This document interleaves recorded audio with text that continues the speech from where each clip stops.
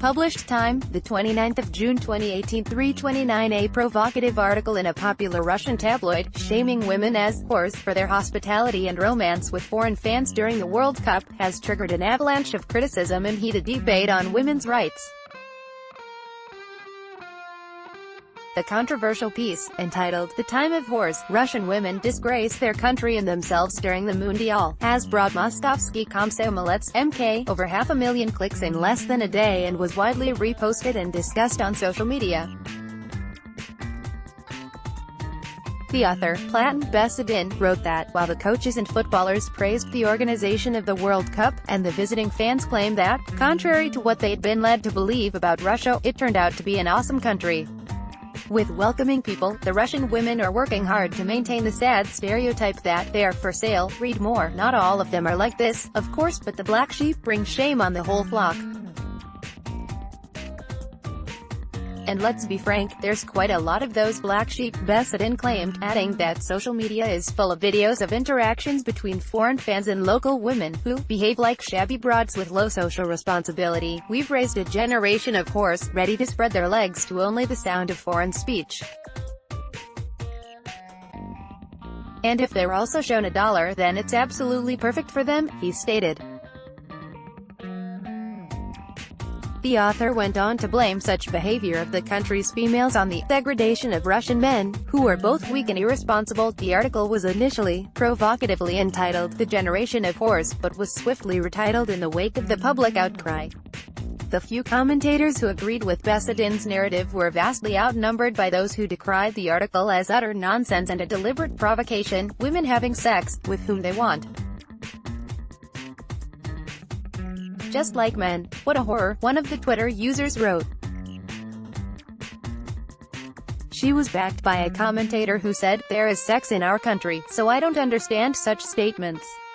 Let them have fun with the foreigners, and our guys should rock out with the foreign female fans. Everybody has his own life and own morals. Better go and spend some time with your wife, okay?" another user urged. "Hello, my name is Marina. I am a whore because I'm strolling through Nikolskaya Street," another girl wrote from the main hotspot for fans in Moscow during the World Cup. Read more. Some assumed the author's own poor sexual life and jealousy to be the cause of the bitter grievance. "The Russian girls just don't let him score," a commentator said, while another suggested that Besedin was just upset that the prices for sexual services spiked and he was going through sexual abstinence. "Stop writing nasty things online. Our girls just have a good appetite. A Nigerian for breakfast, a Swede for lunch, and a Korean for dinner. Bon appetit," another commentator joked. Many noted that accusing an entire generation, based on the behavior of a small number of people, was vile. One sees what one wants to see. There are tramps and thieves at train stations, but it doesn't mean that the country is made up entirely of them. Besedin was widely blasted as a provocateur, who purposely compiled his piece in order to offend and outrage everybody. Some even suggested his intention was to trigger and incite Russian men to seek confrontations with foreigners, to the delight of international media which, up to now, are struggling to find any scary Russian hooligans. Read more. Many on the web chose to attack the outlet that published the piece, finding it ironic that it appeared in the same paper that advertised adult services on its pages, while others suggested that Moskovsky Komsomolets should be taken to court over the offensive publication. Shortly before the World Cup kickoff, senior Russian lawmaker Tamara Pletnyova had faced criticism, after she warned Russian women against sex with foreign men during the month-long tournament. Will there be the girls that will meet with men and become pregnant? Maybe yes, maybe no. I hope, the Communist Party member said, suggesting that the kids born from such relations will suffer from being raised by single mothers.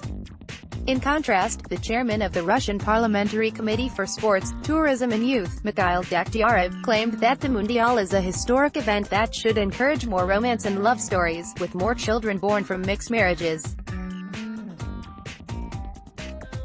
In the World Cup frenzy, food chain Burger King also found itself in hot water, after it had promised Russian women a lifetime supply of Whopper burgers for getting pregnant from star football players.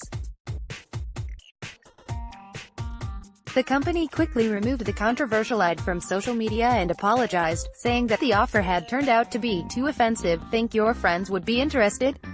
Share this story.